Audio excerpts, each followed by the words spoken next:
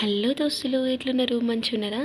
జున్ను పాలు లేకుండా అప్పటికప్పుడు 10 నిమిషాలలో జున్ను రెడీ చేసుకోవాలంటే సింపుల్గా చూపిస్తారండి ఎట్లా చేసుకోవాలో. ఫస్ట్ టైం కనుక నా ఛానల్ చూస్తున్నట్టయితే ప్లీజ్ సబ్స్క్రైబ్ చేసుకోండి దోస్తులు. ముందుగా దానికోసము ఇట్లా ఒక ఆరోగ్య పాలు తీసుకున్న నేను, ఫుల్ క్రీమ్ మిల్క్ పాలు ఒక గిన్నెలో పోసేసుకోండి. తర్వాత దాంట్లోకి ఒక 3/4 కప్పు దాకా బెల్లం వేసుకోండి. ఇట్లా మీరు ఈ ప్లేస్లో ఏమంటారు, బెల్లం అయితేనే బాగుంటుంది చక్కెర కన్నా. ఇట్లా బెల్లం వేసుకొని మొత్తం దాంట్లో కలుపుకోండి. కలుపుకున్న తర్వాత కొద్దిగా దాంట్లో మిరియాల పొడి, కొద్దిగా ఇలాచీ పొడి వేసుకోండి. ఫ్లేవర్ బాగుంటుంది. ఇలాచీ పొడి నచ్చకపోతే స్కిప్ చేసినవచ్చు.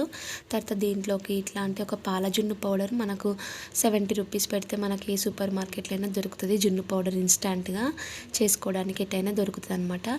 ఈ ప్యాకెట్ మొత్తం వేసేయండి దాంట్లో పౌడరు. ఆ పౌడర్ మొత్తం ఆ గిన్నెలోకి మొత్తం వేసేసిన తర్వాత మీరు ఫుల్ హ్యాండ్ బాగా వాష్ చేసుకొని చేతితోటైనా నలిపేయచ్చు.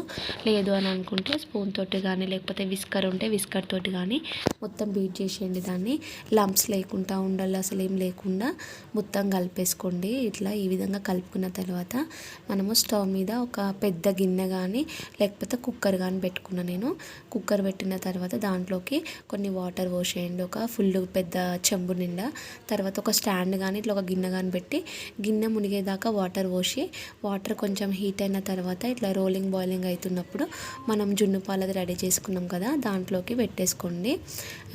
బొగాన్లో కానీ మీకు ఏది తీసుకుంటే దాంట్లోకి కుక్కర్లోకి పెట్టేసుకున్న తర్వాత అంచులు తగలకుండా చూసేసి పైన ఒక గిన్నె పెట్టేసి ఒక 20 to 25 మినిట్స్ వరకు ఉడికించుకుంటే సరిపోతుంది. నేను ఒక 20 మినిట్స్ దాకా ఉడికించిన తర్వాత చూస్తున్నా ఉడికిందో లేదా అని చెప్పేసి నైఫ్తో తీసిన నేను, అది కాలుతుంది కాబట్టి. చూడండి పర్ఫెక్ట్గా అయిపోయింది. లేదు మీకు ఇంకొంచెం ఎక్కువ ఉడకలేదు అనిపిస్తే ఇంకొక 5 మినిట్స్ ఉడకబెట్టుకుంటే సరిపోతుంది. సో ఇట్లా షాక్ తోటి ఇట్లా కుచ్చి చూస్తే తెలిసిపోతుంది. చూడండి దీన్ని కిందికి దించి నేను డైరెక్ట్ సర్వ్ చేస్తున్నా. చల్లారిన తర్వాత డిమోల్ చేస్తున్నా.